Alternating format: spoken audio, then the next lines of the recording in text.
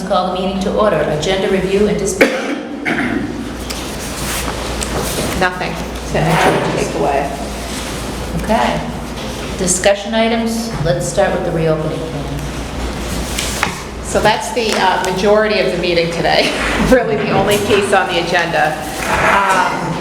As you know from our previous board meeting, I talked about the New Hampshire state guidelines and the SAU 48 task force that had about 70 teachers, administrators, and some board members as well that put together resources for each of the schools to form a building level team to start working on what works for each building, since all of you are different districts. So within the past week or two, when was retreat? Last week? Was it that just last week? So since then, Bruce and his team, and as well as representatives from the SAU and the teachers union leadership have been meeting about some of the specifics about re-entering. So tonight we have for you some straight up recommendations as far as our proposal to reopen, as well as a document that's much longer. So you see in front of you, you have the recommendations first, which we're going to review. And then we have the document that, as you can imagine, it's going to be a fluid document. So tonight I'm going to ask that if you're comfortable voting on the recommendations so we can get moving forward, and then we will review the other document, the bigger one, at every board meeting in case anything needs to be tweaked due to local data or updated CDC recommendations, even as far as when was that, Bob? Last Thursday? Last Friday, new recommendations came out around the re-entry to school as well. We met with Bruce, myself, and a few other administrators met with local pediatricians, physicians, and the nurses last week from Spear and Plymouth Pediatrics to have them review our protocols and plans, which they were supportive of as well. So that's something important, that we are listening to the medical folks as well. So I'll start with, are there any questions before I begin the recommendations? We'll start with the recommendations first. So I will go through each one and let me know if there are questions, and we can go from there. So really it's just, I would say, the hot topics of reentry, what mitigation strategies we're offering, as well as what it looks like when we return. So I'll start from the top. Recommendation number 1, open Plymouth Regional High School for in-person instruction for those students who can safely return and are willing to follow safety protocols such as appropriate mask wearing, social distancing, and frequent hand washing. And stop me, Lisa, if you want me to stop for any piece. Recommendation number 2, open a remote learning alternative for Plymouth Regional High School students who choose not to return to in-person instruction. The remote learning option will be taught by VLAX, which is, those of you that don't know what that stands for, it's the Virtual Learning Academy Charter School. It's a free online platform for any student in New Hampshire. So that is an option which they've opened up some of the regulations that they have for this year as well. So they're offering that K-12 this year. That will be taught by VLAX teachers with supplemental supports from Plymouth Regional High School. We would ask that families commit to this option for the marking period. So there is not, due to staffing, and if some folks don't come back or whatever it may be, if we can get folks to understand that you can commit for the marking period, so we don't have, you're in virtual one day and then you decide to come back in. So we are asking for that for the end of each quarter. Right, Bob? It's by quarters. Questions on that? The courses that are offered through VLAX, are they semester courses or quarter courses? Because what happens if a student decides to opt out at the end of the first marking quarter, but then to get them into a class here, as well as get credit for the class? So how will that work? I'm going to defer to Bob on that one. Okay. So one of the ways that we would look at that is that any student transferred from any other public high school in the state of New Hampshire, that we would take whatever their grade was, because one of the things later on in the document, you're going to see that we're going to ask, which is different than the way it currently sits, that because we're offering VLEX as a remote option, that we would count, right now we do count the credit from VLEX, but we don't include the grade into our GPA. We would be asking that we do include the grade in our GPA. So what we would do is, say at the end of a quarter, if a student has not finished, say it's English, but they want to come back into physical learning, we would take their grade from VLEX for the quarter, put that into their grade, put them in a class with us, and then that would be part of, that would be basically their quarter grade to be combined with us moving through the rest of the school year. If that made any sense. Yep, thank you. So the next one is the recommendation around cloth face coverings or masks. We had talked about this extensively at our last board meeting, so based on feedback and local data and recommendations, we are going to require staff and students and visitors to wear masks in the following situations. So we explicitly put that right in there so it was clear. Riding a bus, entering or exiting school, for example, carpool drop-off, pickup, or while transitioning from other activities, including transitioning to classrooms, bathrooms, front office, or other common areas and locker rooms. Students are seated less than 6 feet apart in the classroom or are engaging in stations and or other learning activities that require close contact. Students are not singing or playing musical instruments that require the use of their mouth in music class unless class is outdoors and distancing can be maintained. A student is receiving one-to-one instruction or services. The other piece is visitors are at the high school, and the last bullet is faculty, staff, and educational personnel are less than 6 feet apart. Refusal to wear a cloth covering will be considered to be belligerence as per the PRHS handbook, so we're going to follow the same consequences as you would get in regards to, yeah, go ahead. Do you want our comments right now for each, as we go down through the recommendations? So if I had comments about recommendation 3, now would be the time? Yeah. Okay. I generally agree with it. I would suggest tightening up the language a little bit. I see some ambiguities in there. In particular, for me, it wasn't clear whether those bullet points at the beginning apply to just students, or they apply to faculty and staff, or they apply to visitors. I might suggest breaking it down, such as having such as having something like students will wear cloth face coverings when, as examples, and then maybe faculty and staff will wear cloth when, and then visitors. And this document, this big document said visitors, volunteers, and guests. So I would try to keep the language consistent with what's in here too. So I guess conceptually, I guess what I'm confused about is, for instance, because we use the word students in some of those bullet points, and we don't use the word students in some of those bullet points. So for instance, when you, is it the intent that faculty and staff must wear face masks when traveling between classrooms, when traveling to the bathroom, when traveling to the front office, or not?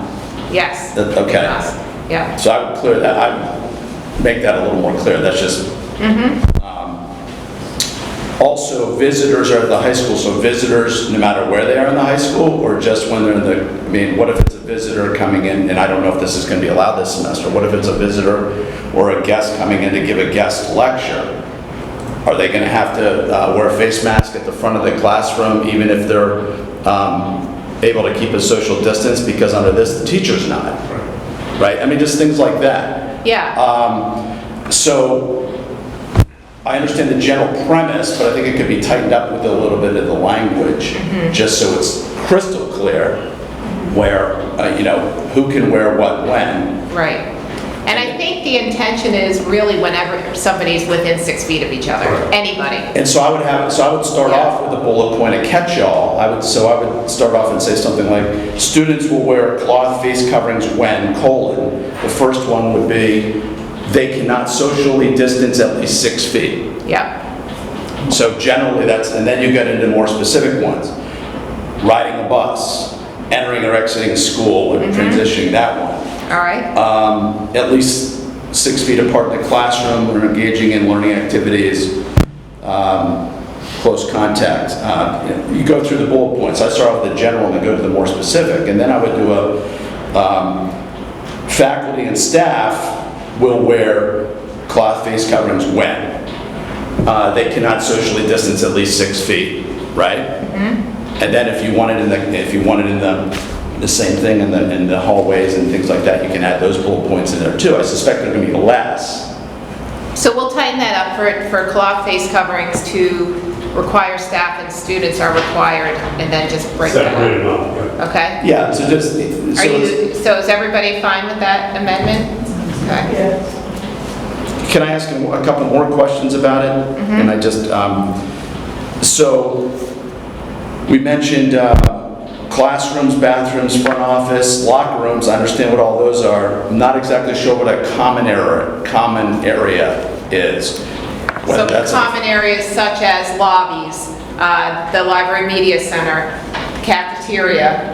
Am I missing You any? got them all. Yeah. Yeah. I think those are the only ones. So we might want to put such as, or, just to make it clear, more clear what a common area is. Obviously, you can have issues in the cafeteria, right? You can't eat with a mask on. Right. So I don't know how you're going to deal with that, but I assume you have to space people out 6 feet Yeah, apart to eat. I'm not gonna let so many people in to the back area where the box lunch, you could go. I'm gonna open on the register too. We have 2, I'll have 3. And then while the kids are waiting in line, we're gonna ask them to be, the mask will have to be on, there'll be 3 feet apart for each, 15 go in, 15 go out. So Right. similar to what they do in stores. So I think I can do that in 30 minutes because a lot of the kids, Sam, the kids that bring their own lunch, they'll come up in areas like here, because we purchase furniture in different locations. They'll come here where they can social distance too and, stay within. It's If I good. don't have the full school, it'll be broken up and moved around. It's got to be workable, obviously, and there's going to be some flexibility, but I just want to make it so that for the administrators and the faculty and the staff, that everyone knows clearly what the guidelines are, and so they can say it's Biggest thing, But I'm we not- gotta be real consistent too. Right. What goes on in one room has to go on in the other room. And that's how we'll have to work it out with teachers when they come back on those professional days. Tim? So how are we going to monitor this? Is there going to be a monitor in each area groups? Is that the plan? How do we enforce this? The mask? Well, Yeah, if the kids are not 6 feet apart and they're eating. well, we don't have hallway monitors. Administrators will be out and about. We'll encourage the kids, obviously, they'll have to just keep talking to them constantly, Yeah. reminding them. It's gonna be an ongoing lesson for all. But keep in mind, they work with the phones, so, they are, yeah. And dress code. It's going to be And the dress same kind of monitoring. Yeah. So they'll have to be reminded, but I've got to have all the rules followed in Samsung in each classroom. I can't have one classroom where they're saying no mask, whatever. Everyone's got to be consistent there. Be a lot of monitoring. Cafeteria will be an adventure, but with enough help, we think we do it. The cafeteria services is a remarkable plan that they've got up, though, with hot lunch and the box lunch is ready to go. And there's less touching, but there'll be no touching at all be ready to go. And we may allow kids, obviously, to eat in the classroom too, to go back in there. So food and drink, which we have in our policy right now, there's no food and drink allowed in the classroom. We may have to open that up and say, kids may want to go back to the next period of class and go in their classroom. Faces or the mouth in particular. Face shields are not considered a face covering. Mask breaks should be included in those times in the day when students are 6 feet or more apart. These can include in the classroom, outside the building, in common areas, etc. And exemptions to face coverings are for medical reasons only. Recommendation 4, require daily at-home screening for COVID-19 for all students and staff. So that, the shift in questions for the screening They are updated every now and then to shift, so we're just so everyone knows, we're following CDC guidelines in regard to the symptoms and close contact screening piece. May I ask a question? Sure. What do you consider at-home screening? If you go to page 10 of the document, of the plan, The big document. There, it's spelled out. it spells out the daily screening for students and the same protocol can be used for staff. So section 1 has the symptoms, and then section 2 about close contact and potential exposure.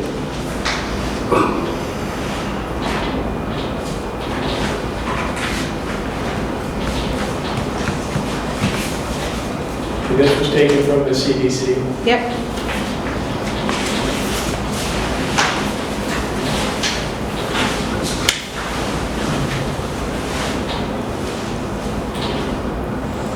Are we all set to move Was on? that up?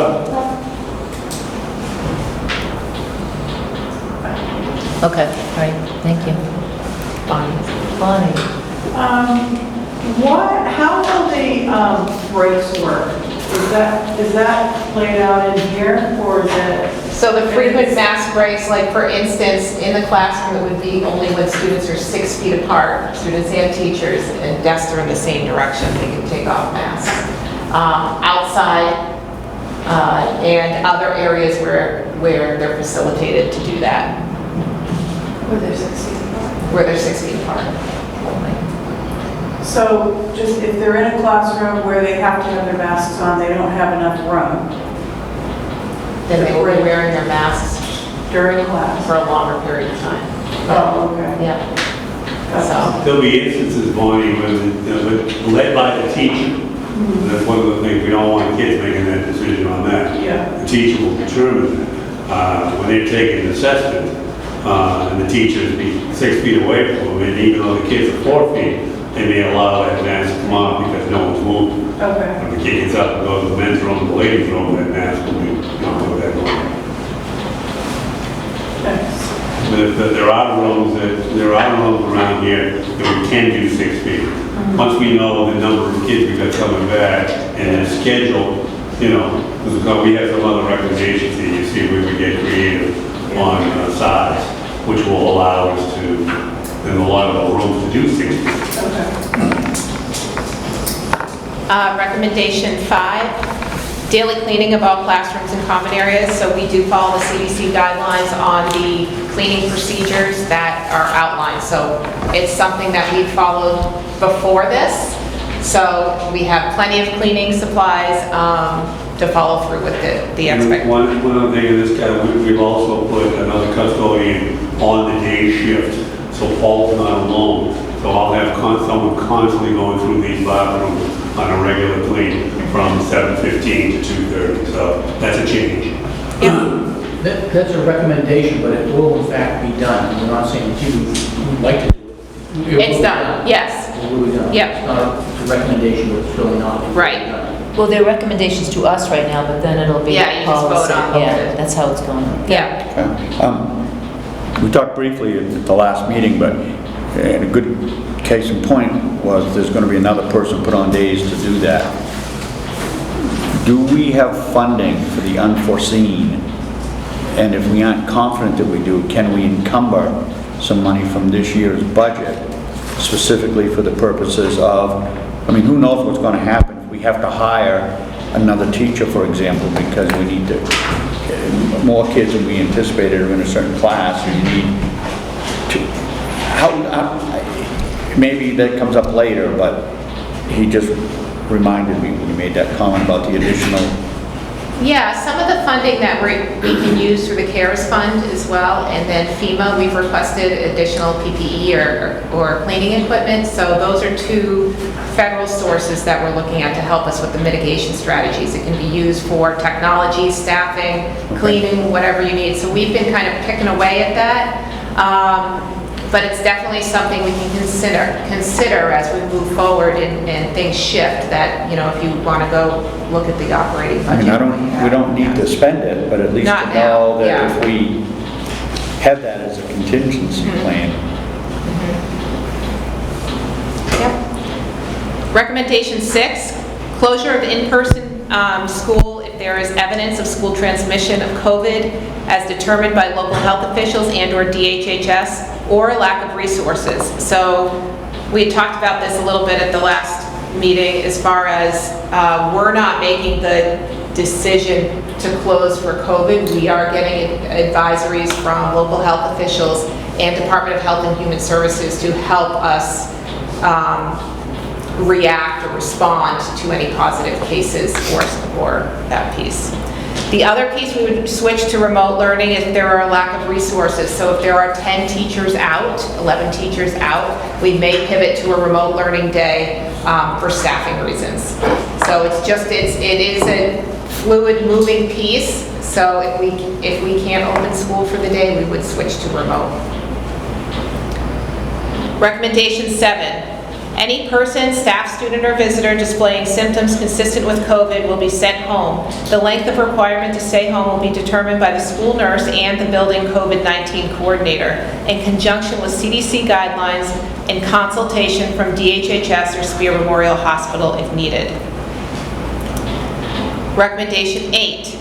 We are proposing to delay the start date of school for students by modifying the school calendar. So the governor in his presentation initially on reopening said that there would be 3 additional days of professional development that teachers in school or schools can consider. So we are going to take advantage of those 3 days for additional professional development. We have not had teachers back in the building since March, so we can use the extra few days to get everybody on board with not only teaching and learning, but implementing this plan to the best of our ability. So we're asking that we push back the start of school to Monday, August 31st, and those 3 days do count as school days. So they are waiving those 3 days at the state level for us.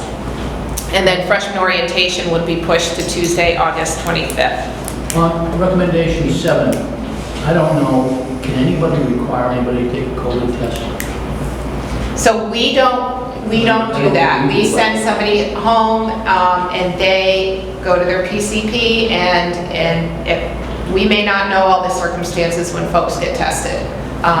So that's just, go with the symptoms, we send them If home. they get a note or something that says they're clean and green and then come back. Well, go ahead, yeah. If you look in, I know we're not going through the document page by page, but there is a return to school section in the plan. And it actually does not require a doctor's note to return. There are different things, and it doesn't require a negative test to return to school, but that plan is outlined of how students or faculty will be able to return to school based on the CDC recommendations. Yeah. And the only other thing on recommendation 8, so originally school was starting the 25th of August, which was a Tuesday, and there were originally 4 days of students coming in that week. So with adding the 3 days, the 25th, 26th, and 27th for professional development for teachers, we just thought that it would be a bad idea to start school on a Friday. So what we're going to do with that is we're just going to start school the following Monday and take that 1 extra day and add it on to the end of the school year, so we can start school on a Monday. And having orientation on the 25th gives us still a couple of days with the teachers in the building after the freshmen come in, so that we can assess how that went with having students throughout the entire building. And go Monday through Thursday and take the traditional Friday, Saturday, Sunday, Monday. Yeah, the Just to calendar would put it not out there. change around the way that it was laid out around Labor Day. Okay. Sounds good. Recommendation 9.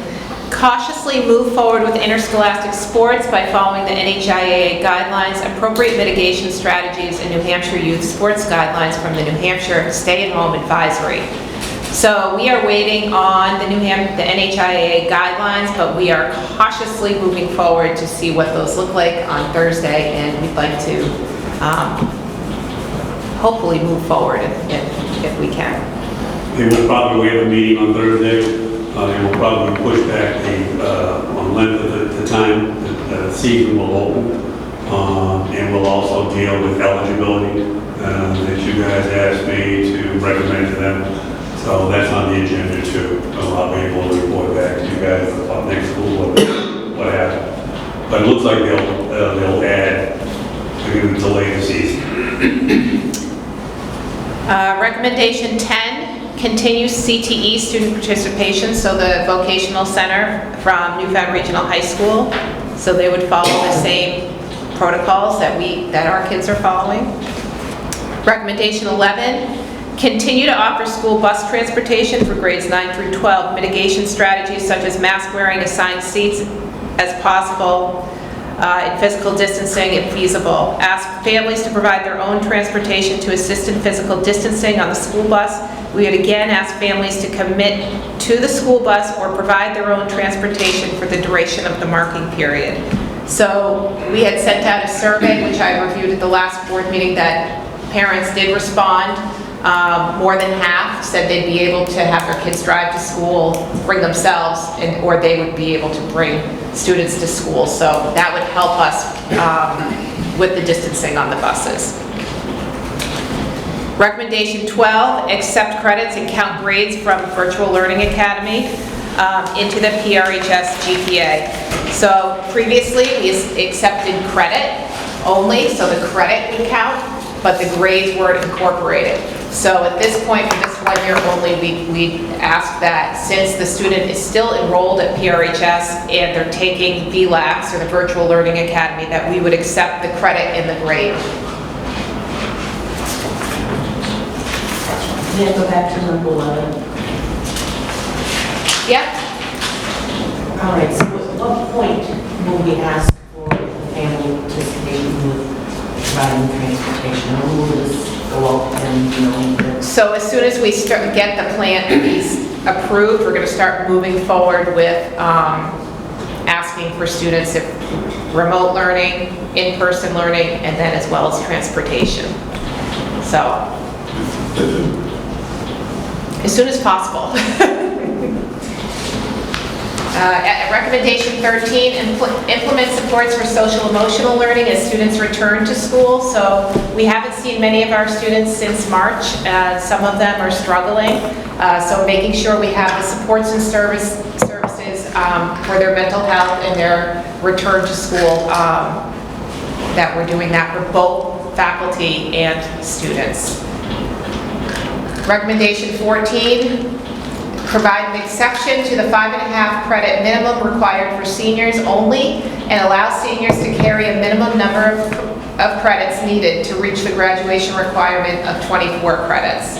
So this will allow seniors to leave campus if they're not taking a class, so to keep the numbers down in the building as much as possible. And then again, it's just for this plan. Recommendation 15. Organize classrooms by grade level to keep students in cohorts during the school day. So really maneuvering each grade level and trying to keep them in certain parts of the building as much as possible. Can't happen for all classes, but we're going to try that recommendation, keeping the freshmen together as much as possible, sophomores, juniors, and seniors. There will be mixing, but it says to, if feasible, try that piece, so we are going to.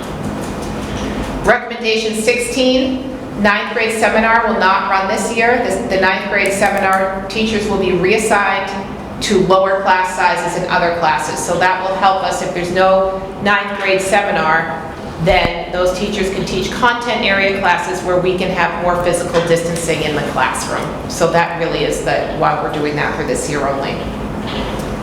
And then the last recommendation is to adopt the reentry plan in its entirety. Okay, questions? So that's as short as I can get it for everyone. I have a question. I don't know if you can hear me. Oh. Yeah. Okay, is that me? Maureen, go for it. All right. Thank you.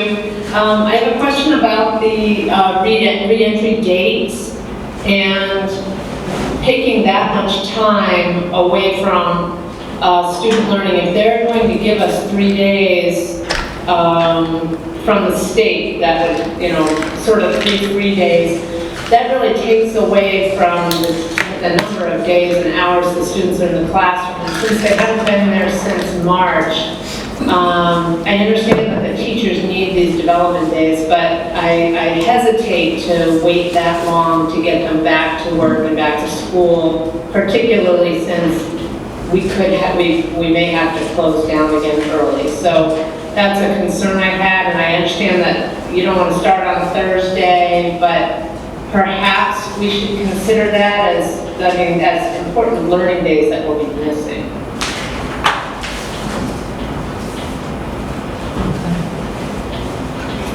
More discussion on that, or anybody else have that concern?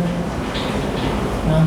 Were you going to use that time to get To do. teachers reacclimated to just get you guys? Well, it's reacclimated, it's the mitigation strategies. Right. We are providing training on remote learning strategies, and we have the one-to-one devices that we're rolling out, so all the teachers will have to come up with plans to what happens if we pivot to remote learning, that kids know exactly what's going to be expected. Based on our feedback, we definitely have to create a more robust remote learning environment with clear expectations. So it's just with not only the physical pieces of coming back, it's also the remote learning piece, meeting with their colleagues, which they haven't done really since March, as far as getting curriculum and those pieces, the teaching part of it. So that's why I'm recommending the additional days, because it's just a lot to fit into the few days. And I didn't see the governor's task force, but I would imagine that's his recommendation. That's why they're giving them those days to actually reacclimate and retrain because of the new environment. Okay. All right. Could I- Yes, Phil? Not on the recommendation to find, should we give any thought to the feasibility of hiring like floating sub or subs in anticipation of teachers who get ill being out that period of time? You have somewhat of a contingency to cover classes for illnesses, but if it's would it be 2 weeks that have to be quarantined for? And how many people can you use do we have enough people to backfill for those positions if someone's ill? I don't know if that's come up anywhere in your I discussion. think that may be a recommendation down the road a little bit. Do you agree, Bruce? Or does I have one full-time staff member Yeah. whose job is to maintain, and I'd get creative with some of the paraprofessionals if I had to, within those individual classes. So I think we're going to be all right there. I'll be able to cover that. And like I said, this is just today, what we know and what our plan is moving forward. And we have a duty position available, so there's a duty teacher, like that's their duty, is to be a substitute They cover their for that one block. Just like we have a duty to study hall monitor, or in the library, whatever that is, there's a substitute position as a duty for each block of the day. Sam? So logistically, where do we stand right now in terms of what, I guess, Kyle, do you need today? I mean, personally, I'm generally comfortable with the guidelines. I'd like to see a final product, particularly with some of the language for, say, the third recommendation, but I'm personally comfortable with the Yeah, I would ask if you're comfortable with us moving forward with this, and you approve those with the amendments to clear up the language on face masks, cloth coverings, whatever they may be. But just requiring, we can firm that up and send it right back out to you without a meeting if you agree that you want to tighten up the language with that piece. And then the document, I was not going to review that entire document. That's for your, just so you know, it's all the details of us implementing the system. But for your purposes, I think knowing, the absolutes that people are looking for, and then at each board meeting that we meet, if there's something that needs to be tweaked, because there will be, that we bring that back with another recommendation if needed. Yeah. But this is our starting point that we'd like to, parents and community members and teachers are looking for some guidance as we get closer. So I would ask if you're comfortable tonight moving forward on these recommendations. That would be great. I'd just like to ask a question about the dates again. Looking at the calendar, we have in August, that third week starts Monday the 17th, and the teachers were supposed to have 18th, 19th, 20th, and then the next week, starting on Tuesday again, the 25th, 26th, 27th. So why don't we start on Monday of the first week for the regular teacher meetings, the 17th, 18th, 19th, and then roll right into the 20th, 21st, and 24th. And then the freshman orientation the 25th, and open up the school on the 26th, which is a Wednesday, we don't lose a day. That doesn't address Maureen's concern of the loss of 3 days, but it addresses the concern of losing 1 day and adding 1 at the end of the year. Why are we doing 3-day weeks at the beginning for the teachers? So Bruce, do you want to answer that at all as far as? It does benefit the teachers on that piece, having that long 4-day week. We've done that in the past. I mean, these 3 new days are brand new. I know where you're coming from. Yeah. We could, but I think that the teachers we collaborated with them when we put this calendar together. And again, starting on a Thursday or a Friday at the end of the week, as Bob said, starting the first day of Monday, the kids would seem to be. There's no real answers I can give you for that, Barbara. I mean, but that's what, we did the 3 days before. We've always done that for over 25 years. The Tuesday, Wednesday, Thursday. Usually that Wednesday would be the SAU day. Every teacher would be here. Okay, what's new is the 3 days that the governor recommended to get that. How you put those in, we decided to give those teachers, the Friday and Monday off, and then work Tuesday, Wednesday, Thursday. Yeah, what I was suggesting was really putting a load on the teachers, 3 days, continuously, so there's no break. And they end on the 24th, so the freshman orientation is the 25th, and school would start on Wednesday. We're going right into, we may not have time, having that whole week with 2 days of professional development and then jumping right into school. I think you may have some pushback from the staff on that, to be perfectly blunt. I understand that, and I consider that, and I thought that when you're having teacher days, the 3 and the 3, there may be things that come as a result of those that would be good to have the days on the end of the 2. But I was just looking for a way to save that 1 day when we're losing 3 others as well. Kind of may ask, are all the schools, the elementary schools, using the extra 3 days for the governor? Most of them are, yeah. Some of them are still in process of you guys are all different spots, but most are using it right at the front end. That was it. Okay. Christy? I'm just assuming that this is like, everybody's in the building all at once. There's no, like, there's lots of talk about hybrids and stuff. So it's either we're all in or we're all out, which is fine. I just making sure. Yes, that is correct. Yep. And whatever students choose remote, so we're expecting a reduced number of kids. Can I ask one more question? So, I want to make sure this is procedurally correct. So this document, these recommendations are going to become a policy, correct? Yeah. So I think we need to see the final product and vote on to make it official. So, I mean, if the group's comfortable, I think the school board can authorize the administration to move forward on it, subject to final approval. But if it's going to be a policy, it really needs to be approved. Well, really voting on the plan, right? No, What's that? but the Really recommendation, vote on the whole plan? I mean, you can't just vote on the recommendations. Yeah, these are just the highlights. The highlights. Yeah. Would, So we're voting on this plan.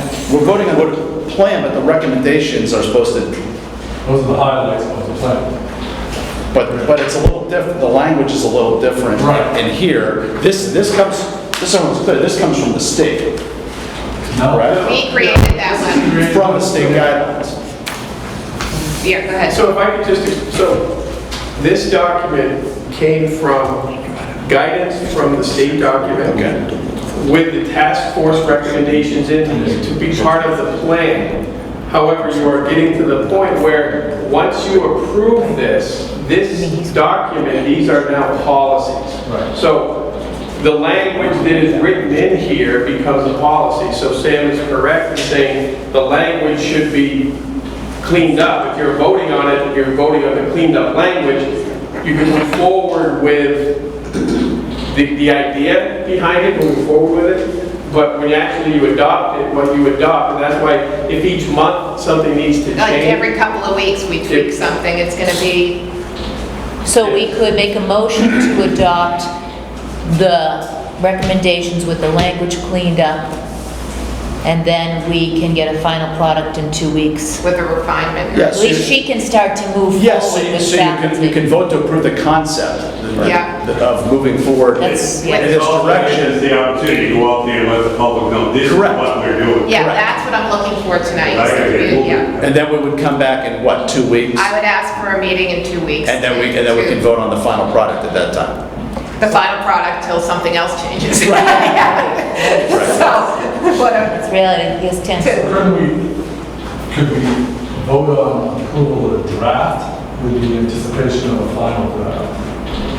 Is that what we should do, Craig? You want to make a motion? Yeah. So then there- So Phil wants to make a motion. I would make a motion that we conceptually approve what's been presented to us tonight to Yes. allow the administration to move forward and refine the With your details. feedback, yeah. So it's the conceptual approval of what is being presented, full well knowing that some details still, it needs to be fine-tuned, so to speak, but that would be a motion I'd make. Yeah. Second, I second that Sam, motion. all right, so I'm going to do individual roll call for this. Did you? Okay, all right, well, let me just go through. All right, Christie? Yes. Roger? Yes. Phil made the motion, Yes. Tim? Yes. Walter? Peter? Barbara? Yes. Okay. All right, we're all in favor. Thank you very much. So, You get Maureen and Bernie? oh, Oh, Bernie? Yes. Maureen? Yes. Thank you, sorry about that. Thanks, Bruce. You're welcome. Okay, other business? now I just have some non-public. Okay. What's our meeting schedule going to be, Ken? Oh, Yeah, we got to talk about that too. I was gonna ask if we can schedule a meeting right now in 2 weeks. Okay. August 11th, I think. August 11th, a Tuesday. Do we want to go earlier because it's summertime, or do you want to go back to the 5? Or how were people with the 4 o'clock time today? I like 4. People liked 4? Okay, get it out of the way for, You're gonna do all it right. Tuesday? So August 11th at 4 PM, Tuesday? What day was that? Tuesday, August 11th. And I'll remind everybody. Are we going back now to regular meetings, whereas in the past, we've had like July and August off? Barbara, I'll have to get you, we talked about that at the retreat, so I'll get you up to, I can talk to you Because after. I'm just thinking about the dates we're selecting now. Are we meeting on the 4th as a regular? No. No, we're talking right now, just with everything going on, we're gonna just go Right. week to week, a couple weeks, and right now it's August. So I'm thinking 11th. where we normally meet first and third Tuesdays, if there is no regular meeting scheduled for the first Tuesday, which is the 4th. There is no regular meeting. It will Would we just be better off be meeting on the 4th in case we need more time? in a week. We're not here. We have to have- Yeah, they have the retreat, so that won't work. Okay. So August 11th at 4 PM. And, okay, so I guess privilege of the floor, we have anyone that wanted to speak? Okay, all right. Great. A motion to go into no... Can we, before you do that, Yes. could we also put on that agenda, at our retreat, we talked about the committee structure. Could we bring that to closure? So what that's going to look like, because that will also impact the schedule of future meetings. Yep, Kyle and I can talk about that, getting something put together. Okay, a motion to go into non-public. I'll make a motion. Bonnie, second by Walter. Okay, I'll do roll call again. Christie? Yeah, sure. Yes. Christie.